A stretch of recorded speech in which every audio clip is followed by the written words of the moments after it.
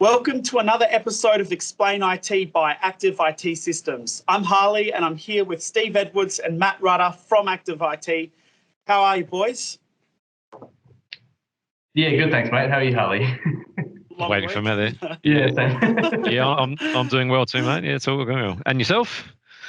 Yeah, good. It's finally sunny again. That's always nice. But That's it. but we're going to be talking about some unsunny subjects today. So Very that dark. starts off with that thing called cybersecurity again. So today we're talking about the most unreliable, inconsistent software to ever exist: humans. Our brains are brilliant. They're unbelievable. They do amazing things, and they have creativity that a computer cannot have.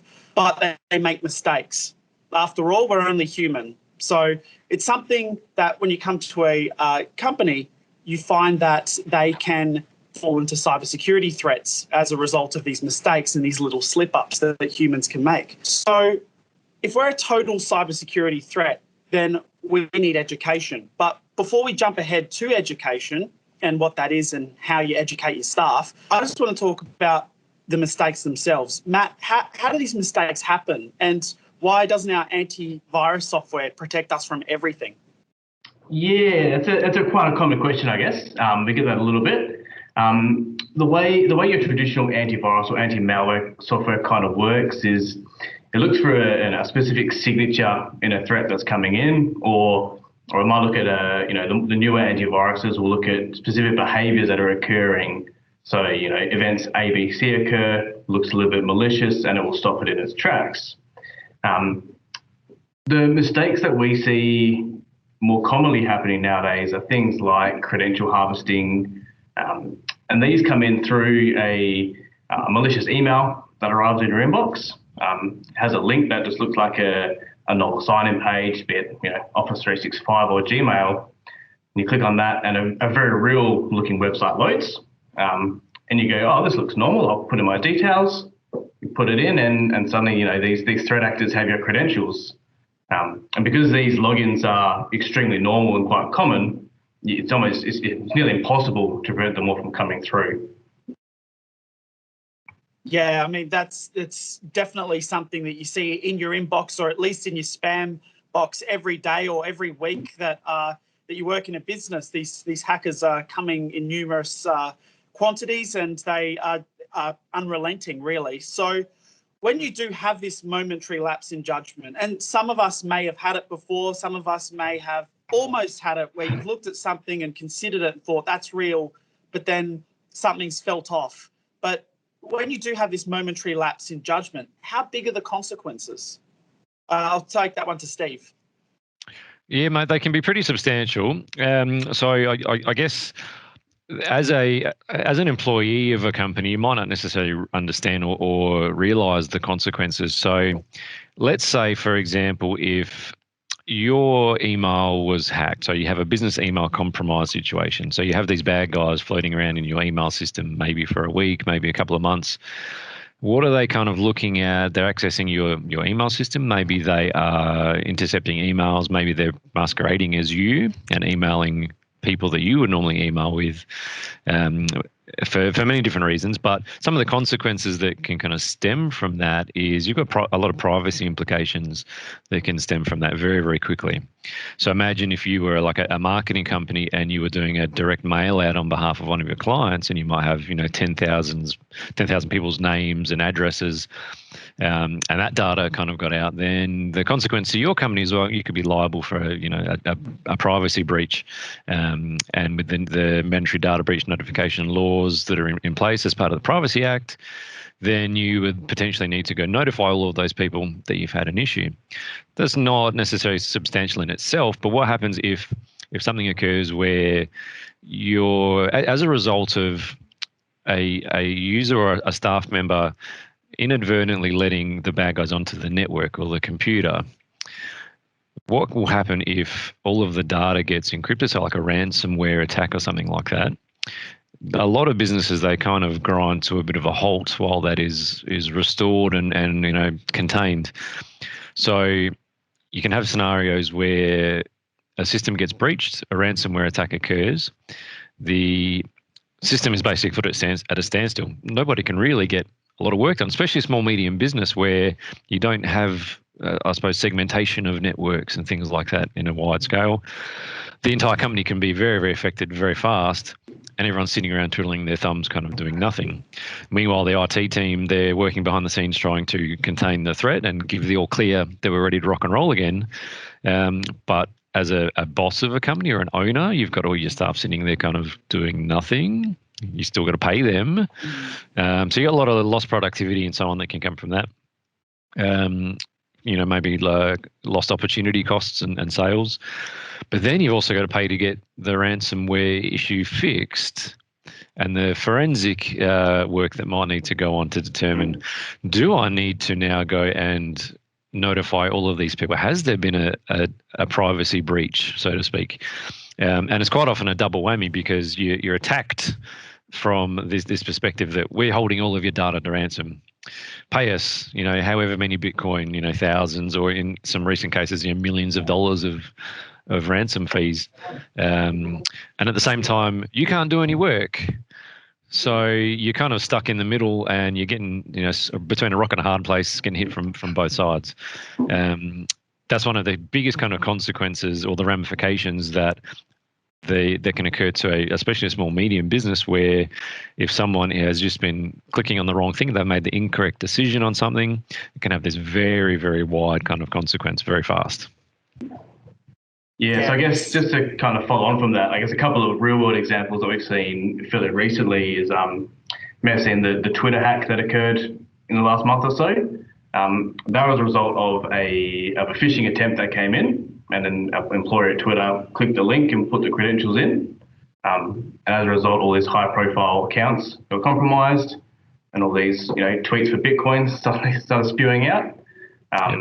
If you look at the Garmin ransomware that's occurred just recently as well, that's cost them upwards of $10 million to recover the data. So the consequences are massive, detrimental to the business, and also the ripple-on effect. So again, with Garmin as the example, all the smart devices they've got stopped working, but also Garmin provides GPS for a lot of planes, and that stopped working.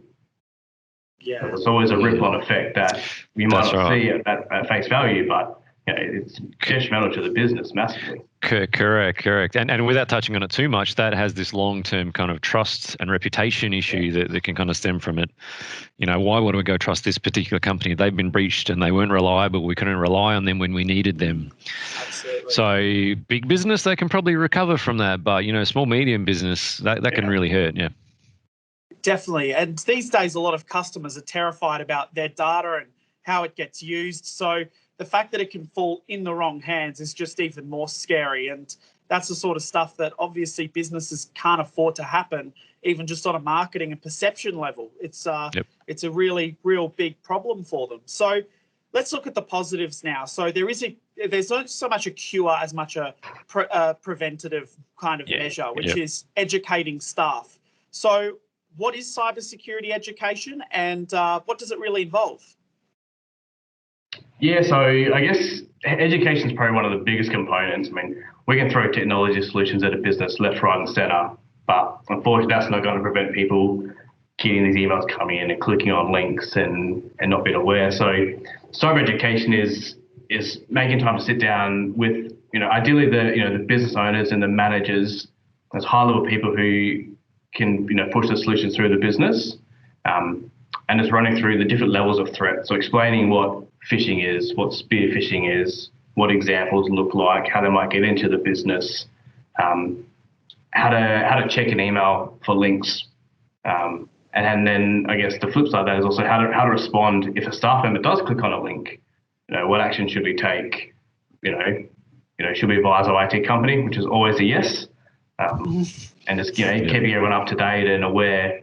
I guess its education's got to be ongoing. It's not come to one session, learn a little bit, and you'll know everything.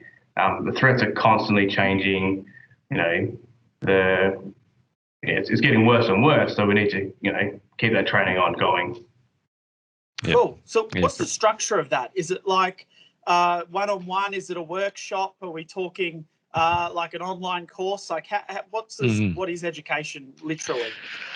Yeah, we've tackled it in two ways. Coming out of COVID-19, we were doing a lot of virtual kind of webinars and so on. And that was primarily aimed at management and owners of small and medium business, really to help them kind of understand the risks that their business are facing, the consequences from those, and also their legal obligations as well, because that can be quite substantial.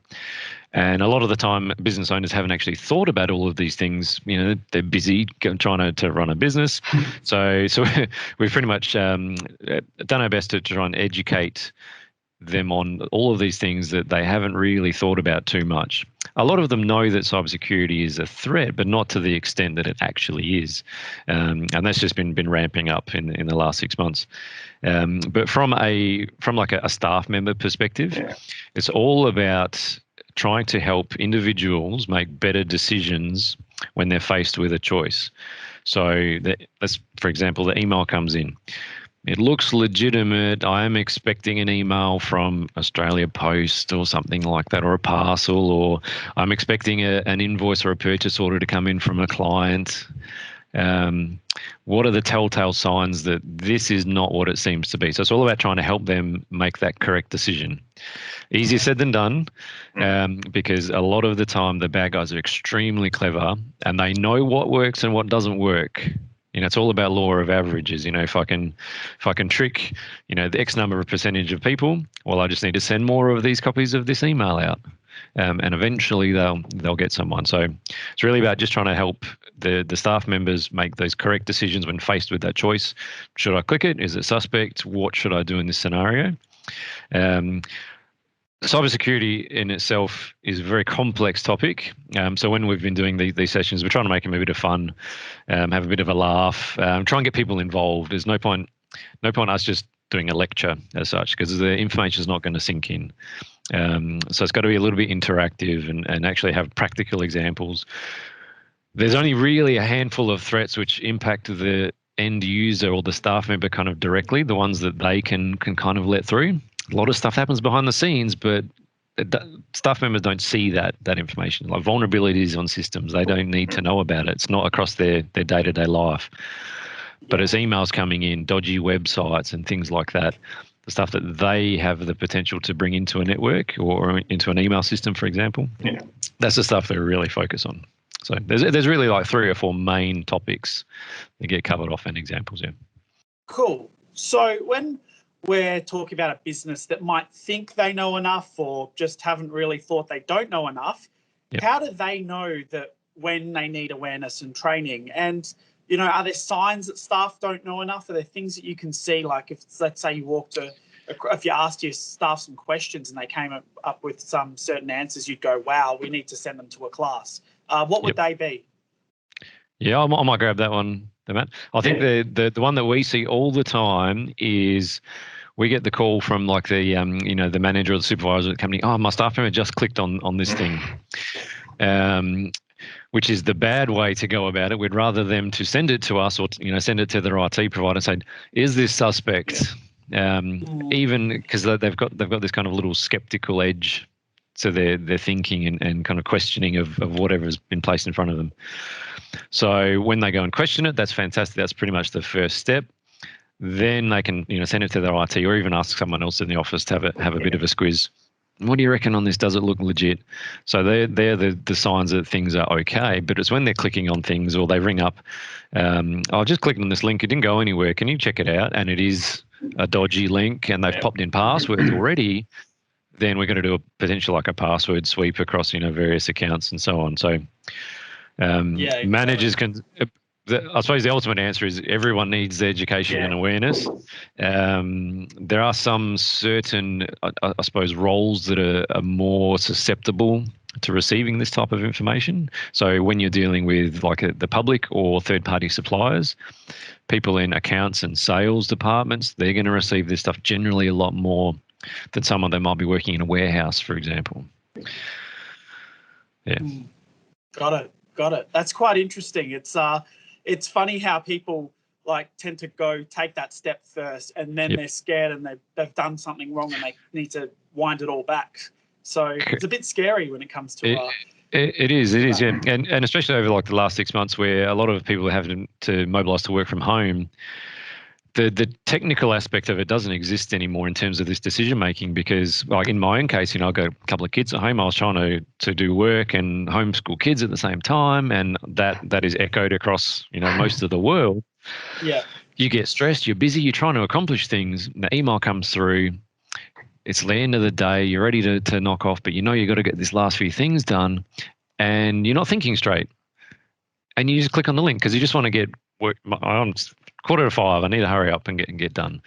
So even with the best intentions, the brain is easily tricked by some of these bad guys. And the bad guys test and measure. It's just like marketing. They test and measure what works and what doesn't work. They're not going to do what doesn't work. Yeah, that's spot on. I mean, they're very crafty. So a lot of these threat actors have learnt that a large percentage of the workforce has started working from home. So previously in our office, your manager might sit in the same room as you, so you might not be used to getting an email from them because they can just speak to you. Now that everyone's working from home, getting an email from your manager might be more common, and these threat actors are capitalising on that, trying to impersonate the upper management to get your staff to do certain things, click links, enter credentials. And that's a lot more successful now because it's not the norm yet. Got it. Yep. So you guys are passionate about this. And obviously you pick up a client that you're doing their full IT service for, and you've put all the stuff that you do from your end in.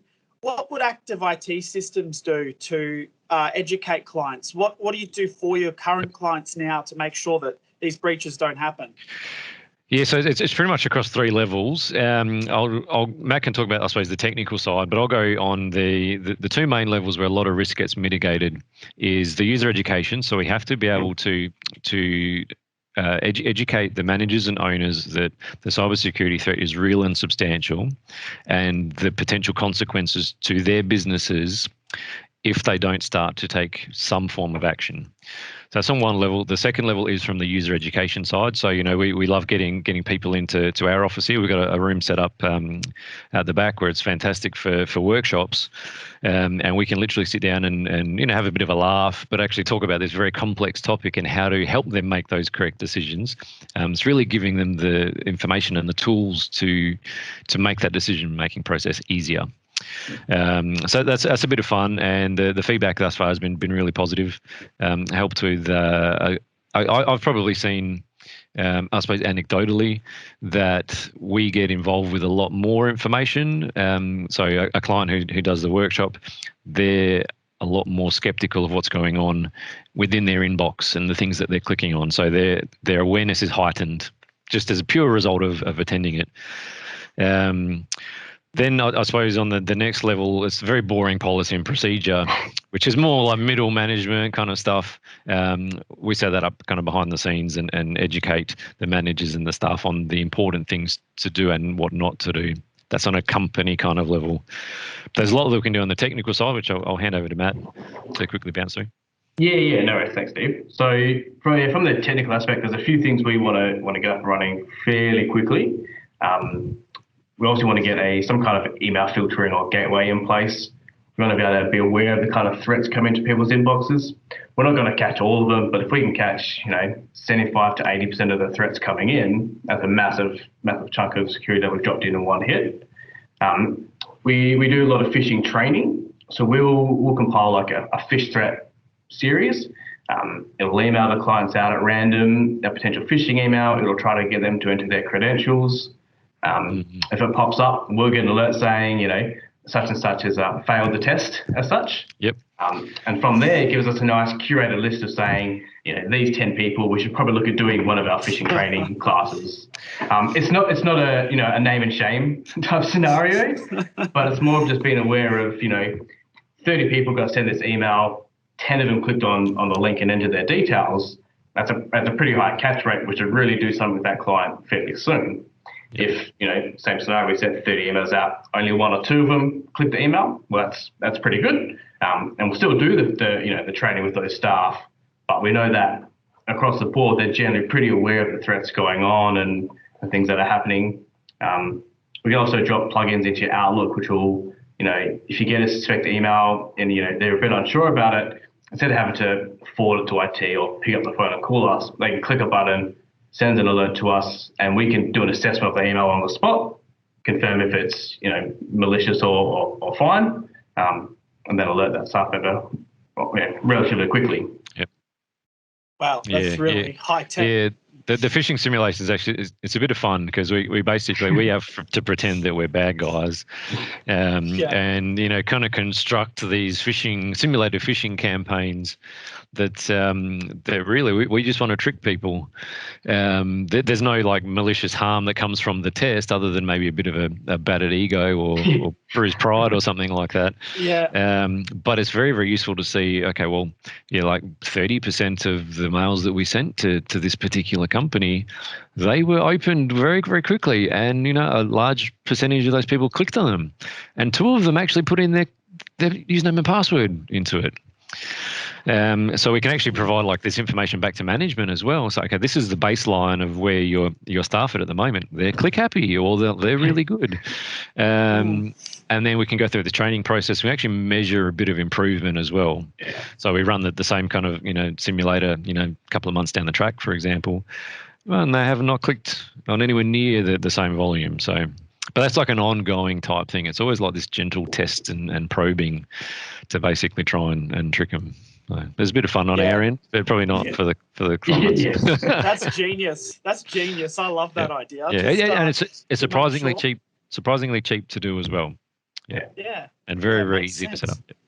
Awesome stuff. So once you've done this training and these staff members who, perhaps didn't know as much before now know more, what does that look like? What's the successfully educated user look like? I'll tackle it.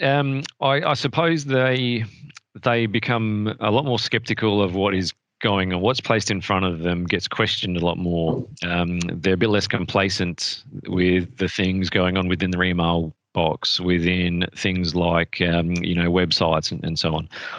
Their awareness is heightened because they understand that the company that I'm working for takes cybersecurity seriously. I should therefore take cybersecurity seriously. They've sent me on this training course, and the rest of the team have done this training as well. As a unit, we are more aware of what's going on. So not only on an individual level can they kind of have this level of skepticism and questioning of these kind of emails and contents, but the rest of their team is there to back them up as well. So they can ask the person sitting next to them, what do you reckon of this? This looks sus to you? They go, well, I'm not sure, send it to IT or yes, or things like that. It basically adds a new kind of thought process or increases the frequency of that thought process. You can get some spam emails, which they obviously are dodgy, but you can get some which look absolutely legitimate, and it's not without very fine-tuned kind of fine-tooth comb that you can actually spot that they are a dodge. Like we would rather a client ring up with report 10 false alarms than to click on a link. So we'd rather them call up, just question it, have us double check it. That's what we want to hear. What about Vertigate? No, that's completely fine, but good on you for kind of second guessing and having a look, as opposed to just clicking a link and then kind of going, oops, I should have done that. Yeah, definitely. And some, like Steve was just saying, some are really convincing. I've heard one horror story, almost horror story, thankfully, where a client actually got an email that they were expecting saying, can you pay to these details instead? And he was old school, so he was going to go to the bank the next day and pay it. And so he had the whole day to mull it over, and he thought, no one was CC'd in that email. That's weird. Usually there's 4 or 5 CC'd people in that email. So he just had this hunch, and he sent an email to the person and said, hey, did you get this approved by this person? Yeah. And she said, what email did I send you? And suddenly the investigation was on. The IT swept in, and basically like the police, and sorted everything out. And thankfully nothing was handed over, but there had been a breach. So it can get really scary in that situation. That's right, and then there's two elements to that. So obviously, somewhere along the way, there's been an email system compromised. So not only are they trying to do like invoice fraud or purchase order fraud, which we see quite often, how long have they actually been in that email system, and what other information have they gleaned out of it? Have they been silently forwarding all of your emails off somewhere else? So the ramifications could be kind of twofold on that side. But that's something we see quite a lot is you've got the somewhere along the way an email system has been compromised. Somebody is impersonating somebody else, and it happens a lot. Yeah, real scary. Out in the general public. Yeah, definitely. So just to cap off today, one final piece of advice to a business thinking about educating their staff, and what would you say your let's say your silver bullet advice? No, there's never a silver bullet, but if I'm going to force you into one. Come to one of our workshops. Come to office. Even just give us a call, chat about cybersecurity. But yeah, come sit down in one of our workshops, see some real life examples of what could happen and the consequences. I know it's a bit of a cop out there, Harley, but I'll stick with that one. No, self-promotion. That's what we're doing here. That's what we love. I suppose mine, Harley, would be that the single biggest way to mitigate or minimize the cybersecurity risk to an organization is to get all of the staff on board and understand what's going on. If you can increase their awareness and education surrounding it, you've done a massive improvement or a reduction in the general risk that's being faced. Awesome. Thanks, gentlemen. It's been an eye-opening 30 or so minutes that we've spent here on Explain IT, another great episode. So if anyone's interested in looking at an education sort of workshop on cybersecurity, please get in touch with us, aitsys.com.au. Head to our website and let's have a chat. Thanks, guys, and we'll see you next time. Thanks, Harley. Thanks, Harley. Appreciate it. Peace.